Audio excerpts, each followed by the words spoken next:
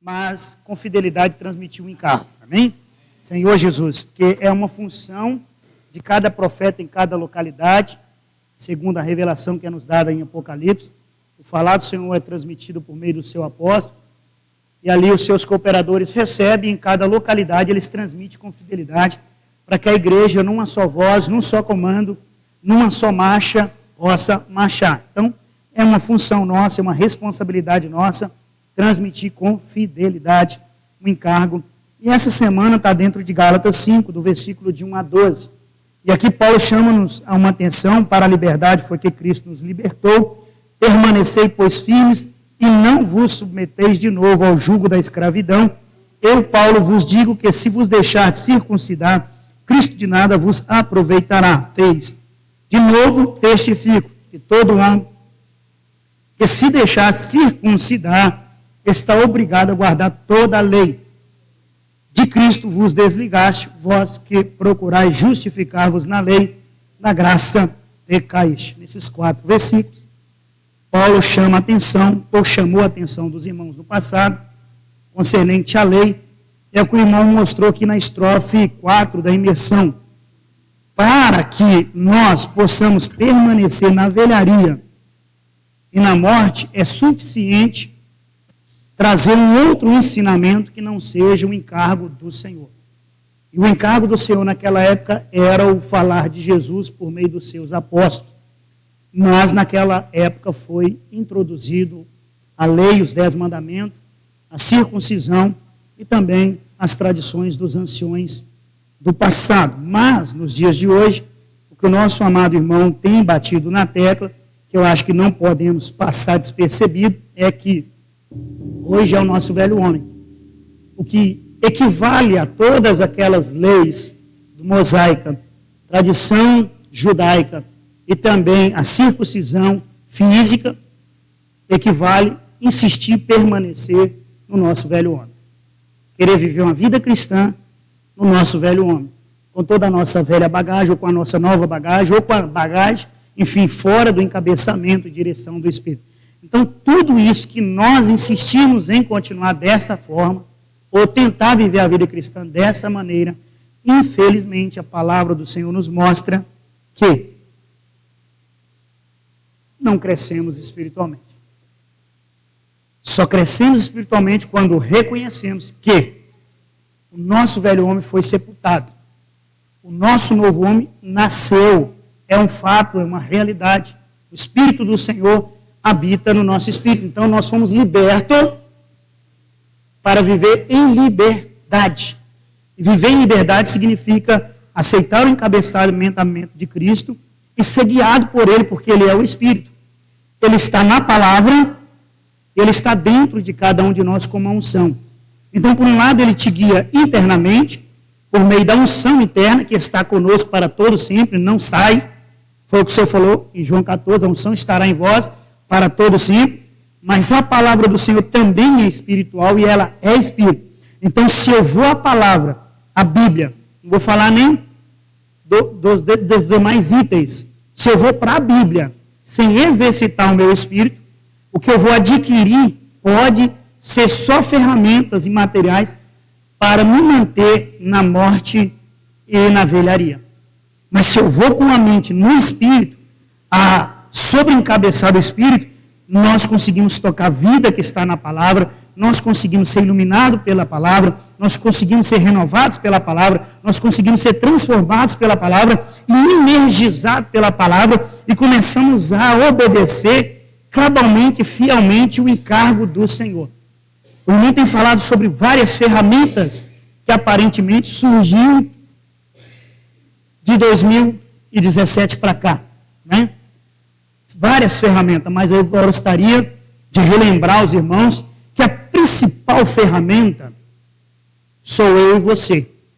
2 Timóteo, capítulo 2, a partir do versículo 20 a seguir, ele fala que na grande casa de Deus existe vários vasos, de honra e de desonra. Mas quem se torna vaso, não é?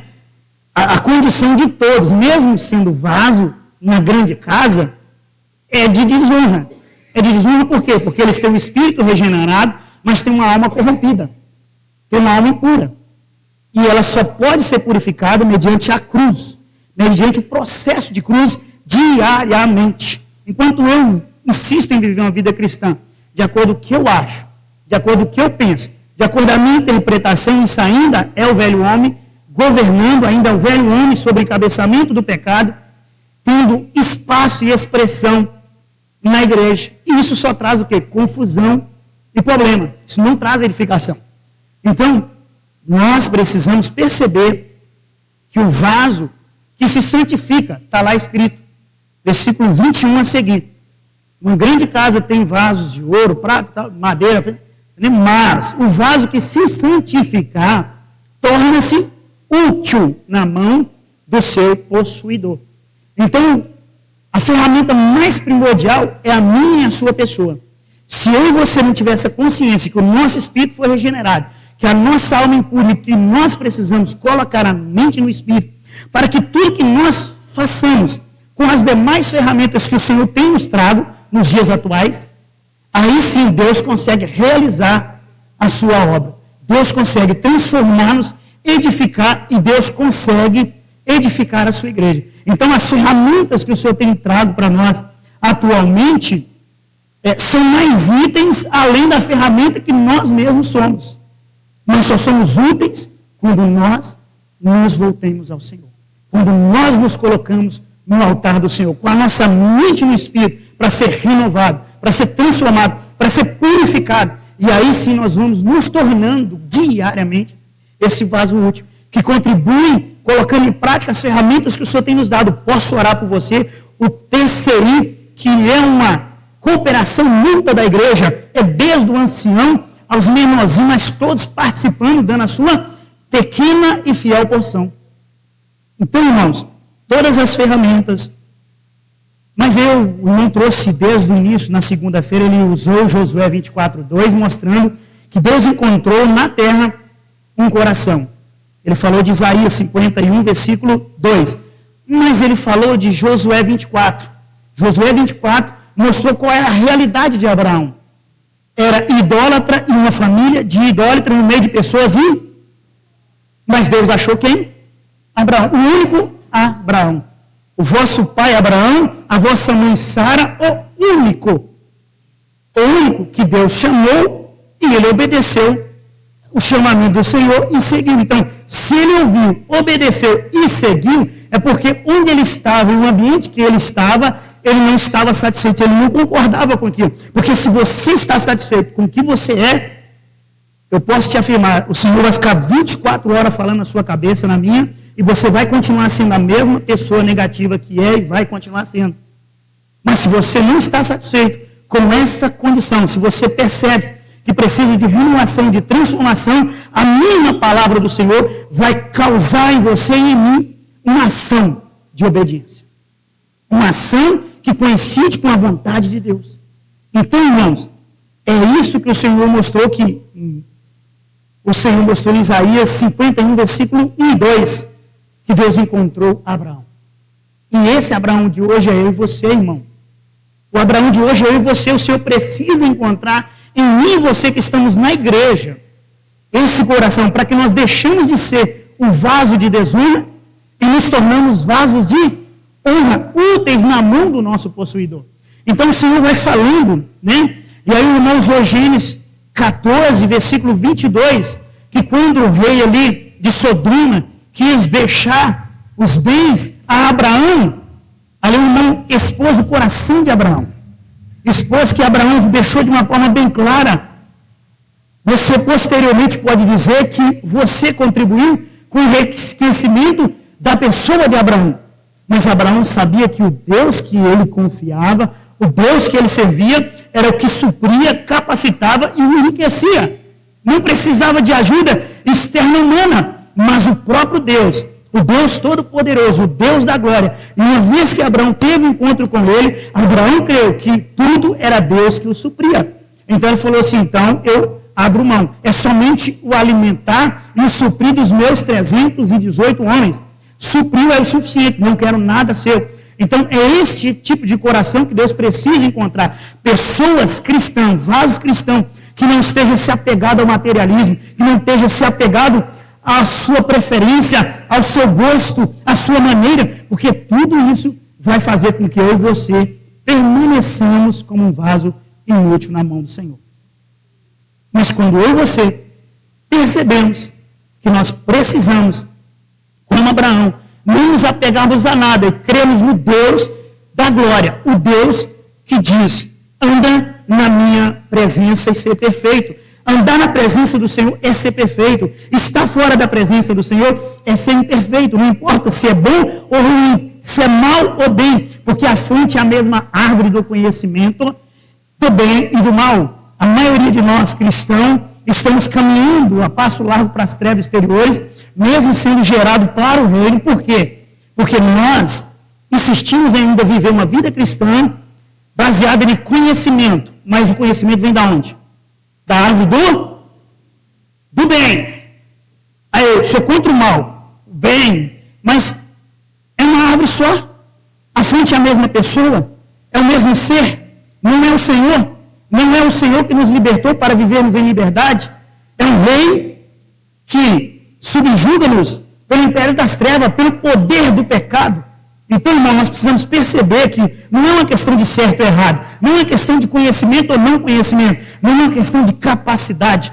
E aí o irmão trouxe para nós uma ilustração de Gálatas, capítulo 1, versículo 13 e 14, quando Paulo mostra o seu currículo e mostra que com aquele currículo que ele tinha, a única coisa que ele fazia, ele perseguia a igreja de Deus e devastava a igreja de Deus. Então, isso mostra que o currículo, muitas das vezes, sem a vida, sem o encabeçamento do Senhor, contribui sim para sermos um devastador da igreja de Deus, um destruidor daquilo que Deus anela e deseja e não real propósito. Então, nós precisamos estar claro o que eu penso, o que sai de mim. É algo que de fato tem contribuído para o meu e o seu crescimento espiritual, tem contribuído para a edificação espiritual dos irmãos, tem transmitido graça aos irmãos. Se não tem, eu e você precisamos nos arrepender diante do Senhor, precisamos nos voltar ao Senhor, pedir perdão, precisamos nos voltar ao Senhor e falar: Senhor, me renova, me transforma, me purifica, me torna cinza, porque a cinza sobe como aroma agradável a Ti. Eu não vou morrer porque nós somos sacrifício vivo. Não precisa preocupar em se consagrar, não. Pode se consagrar que você não morre, não. Você vai continuar vivo, tá bem? Mas Deus vai eliminar tudo que não tem a ver com Ele, em você e em mim. Então, irmão, nós precisamos perceber que nós precisamos nos converter. Irmãos, o outro texto bíblico, Mateus 18, mostrando que nós devemos nos converter como criança. Porque de tais, ele fala, é tais que entra no reino dos céus. É tais que entra na realidade. Então, nos converter, isso mostra que nós precisamos sair de uma situação contrária para uma situação positiva. Converter só converte quem é desconvertido. Então, se o Senhor está falando que nós precisamos nos converter como criança, é fato que nós precisamos nos converter como criança. Isso não é uma questão de eu achar ou não achar, eu preciso crer e me abrir para isso. Do contrário, eu não vou deixar de ser esse vaso inútil na mão do possuidor, irmão. Então, nós precisamos perceber isso, nós precisamos crer nisso. É a única forma de nós sairmos da condição de uma alma impura para uma alma pura. De uma alma pura que consegue ser encabeçada e conduzida pelo Senhor e realizar o que o Senhor tem para nós. Então, nós precisamos de todos. Como é C ou é TCI. É todas capitães intendentes. É toda a igreja. Toda a igreja tem que estar envolvida com isso. Toda a igreja tem que estar sendo renovada. Toda a igreja precisa estar sendo purificada. Toda a igreja precisa estar como esses 318, prontificando para servir o Senhor. Então, o irmão mostrou de uma forma bem clara que muitas das vezes a nossa experiência cristã ainda insiste como Romanos 7. Eu não compreendo o meu modo de agir. Eu quero, esforço, mas eu não consigo. Mas o irmão mostrou de uma forma bem clara que essa é a situação de um ser humano que quer apresentar algo a Deus no seu velho homem. Ele não consegue se libertar do pecado. Ele não consegue vencer o pecado. E tudo que ele pode oferecer a Deus ainda é fruto do pecado. Ainda é fruto do seu velho homem. Então ele não consegue. A única forma dele conseguir é ele perceber que ele foi liberto.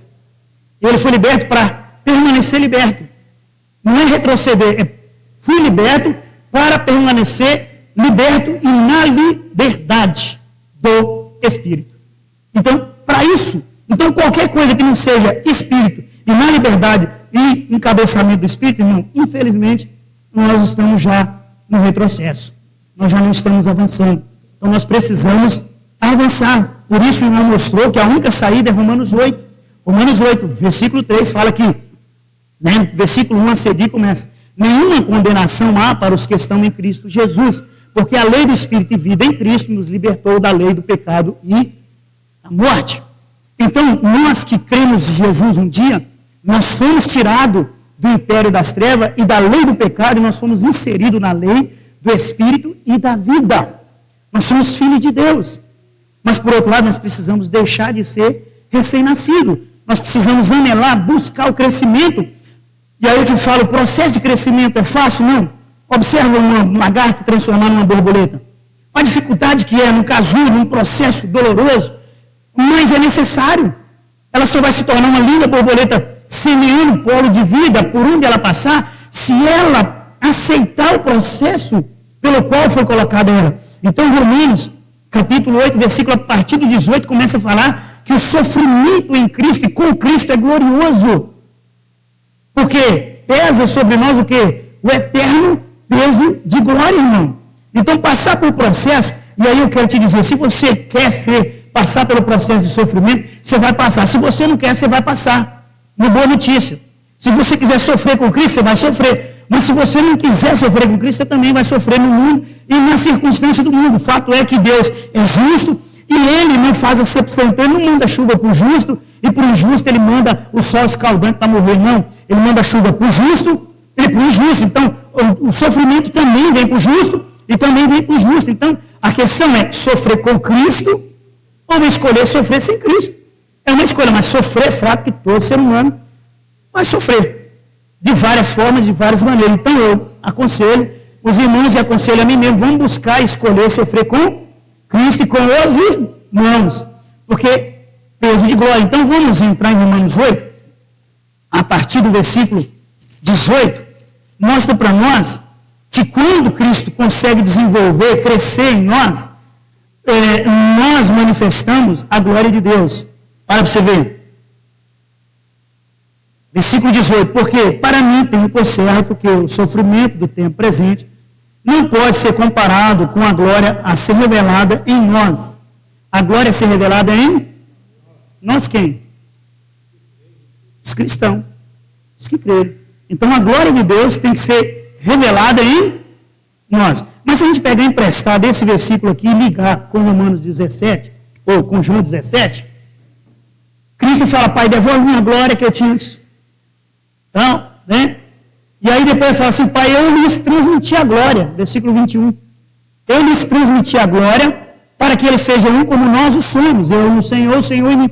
Então a glória foi concedida à igreja, a nós, para que nós sejamos um. Então quando nós estamos cheios da glória, produz unidade, produz unanimidade. Quando nós estamos vazios da glória, nós produzimos individualidade, divisão, problema, contenda por onde nós passamos. É simples observar se estamos na vida desconectados da vida.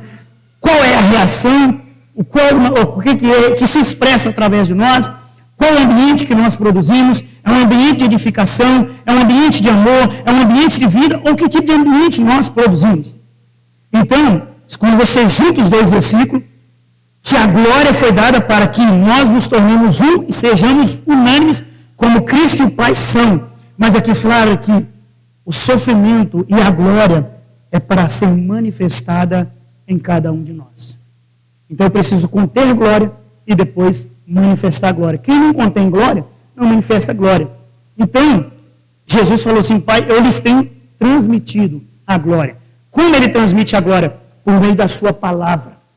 Quando Ele fala, e eu creio, como os Tessalonicenses ouviram e creram, a glória de Deus enche eles e o viver deles se torna um modelo, um exemplo para toda a Caia. Então, irmãos, é uma questão de ouvir, e aí é o que o Senhor tem falado conosco através do nosso amado irmão. É a palavra que faz a obra de Deus, não é a capacidade humana, não é a eloquência humana, não são os estudos em Harvard, não é nada disso capacita a realizar a obra de Deus, porque só a vida de Deus é capaz. Aí o irmão tem batido na tecla constantemente o quê? João 3, versículo qual? Versículo 3, versículo 5, né? E depois o versículo 8. São os 3 versículos que ele tem batido na tecla. Por quê? O versículo 3 fala que os que nasceram de novo conseguem ver o reino de Deus. Os que nasceram de novo entram no reino dos céus. Então, quer dizer, é a vida de Deus que te qualifica a ver o reino, é a vida de Deus que te qualifica a entrar no reino. Então, sem a vida de Deus, você não vê e você não tem o reino.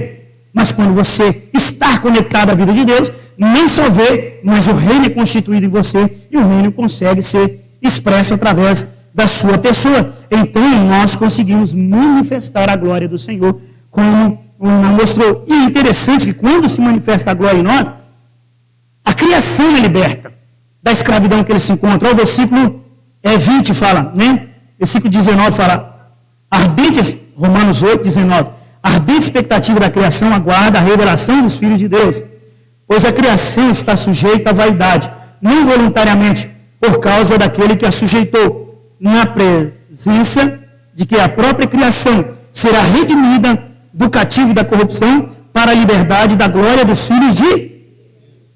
Está vendo?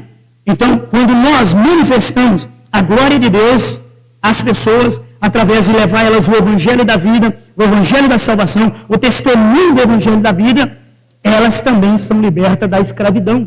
Elas também são geradas como filhos de Deus, elas também são inseridas no corpo para, junto conosco, sermos aperfeiçoados para sermos expressadores da glória de Deus.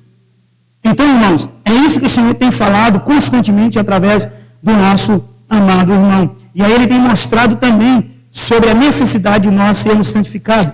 Efésios 5, né? Nós somos santificados e purificados, não é por meio de regra, tradição, não, é por meio de palavra. A palavra, e a palavra é uma pessoa chamada Jesus, o verbo da vida, e essa pessoa que quando ela chega aos nossos ouvidos e que é recebido por nós, ele produz a fé, que é a própria pessoa dele. Então, aqui no capítulo 5, versículo 26, ele fala assim, para que a santifique, tendo-a purificado por meio da lavagem de água pela palavra, para que apresentar a si mesma igreja gloriosa, sem mácula, nem ruga, nem coisa semelhante, porém santa e sem defeito. Assim também parar por aqui. Né? Assim também seus maridos, amar a vossa mulher e dar a vida em prol delas. Aí eu quero te dizer, nenhum marido tem capacidade, se não for por meio da vida de Deus, de amar nem a si mesmo, quanto mais amar a sua esposa. Porque se ele amasse a si mesmo, ele andava dentro dos princípios para ter o galardão e os benefícios. Então, se ele pratica algo que traz sobre ele punição e condenação, isso mostra que ele não ama nem a si mesmo. E isso aí é geral para o ser humano. Então, quem de fato ama a si mesmo, cuida para ser um vaso de honra na mão do seu possuidor. Tá bom? Então, aqui, irmãos, é por meio da palavra. Por meio da palavra que nós somos santificados, limpos e purificados. E a veste que nós precisamos para ser apresentado diante de Cristo é por meio da palavra. Então, o irmão usou Salmos 45, que fala que a filha do rei, para chegar à presença do rei, ela precisa não só da primeira veste de ouro, mas ela precisa da veste bordada, para ela apresentar-se como noiva do cordeiro. Então, ela precisa dessa segunda veste. Então, o irmão falou que a justificação pela fé em Cristo, o nosso espírito foi gerado como filho de Deus. A partir dali, nós somos recém-nascidos como filho de Deus. Mas a segunda veste é o trabalhar do espírito na nossa alma, renovando, transformando e conformando a nossa alma a Cristo. O irmão mostrou que, na imersão dessa semana, ele falou que semelhança é a parte externa, mas imagem é o nosso interior, é a nossa mente, vontade e emoção sendo purificada, renovada e conformada ao que Cristo é. Então, isso é conformar-nos à imagem daquele que nos criou. É isso o desejo de Deus. Mas onde que ele vai fazer isso? Lá no mundo? Pode ser. Na sua experiência individual com Cristo, você dá liberdade a ele e deixar ele se manifestar através de você. Mas junto com os irmãos, porque a palavra em Efésios 3 fala que é com os santos que nós vamos compreender a altura de Cristo, a profundidade, a largura, o comprimento e tal. É junto com os santos. Por mais capaz que um membro possa ser, é um membro. É a capacidade máxima de um membro. Aí eu te pergunto, um membro, por mais capaz que seja num corpo humano, qual a utilidade dele ser o restante do corpo e ser o encabeçamento da cabeça? Por mais que os olhos sejam lindos, verdinhos, então ele precisa primeiro estar sobre o encabeçamento de Cristo. Segundo, ele precisa estar em coordenação com os demais membros. Aí sim, ele se torna útil no propósito de Deus. Do contrário, ele mesmo se posicionou em ser um vaso desqualificado para a função a qual o Senhor confiou a ele e a mim. Então nós não precisamos perceber que é por meio da palavra, que é por meio do convívio com os santos. E aí, vi aquela questão para finalizar, né? Meu tempo já explodiu. 1 Coríntios, capítulo 3, versículo 2, fala da nossa necessidade de deixarmos de ser criança e carnal e buscarmos o crescimento, a maturidade. Criança toma leite, mas o irmão maduro, um alimento sólido. O alimento sólido não é uma palavra simples, é uma palavra que muitas das vezes corta a minha e a sua alma. Vai de encontro ou contra aquilo que eu e você gostamos, mas é necessário, é essa palavra que vai trazer edificação. E aí o irmão usou Hebreus 5,12, que eu gostaria de finalizar com esse versículo. Amém? Hebreus 5,12 diz assim: pois com efeito tende novamente de que alguém vos ensine de novo quais são os princípios. Assim vos tornaste com necessidade de leite e não de alimento sólido. Ora, todo aquele que se alimenta de leite é inexperiente na palavra da justiça, porque é criança. Mas alimento sólido, para que...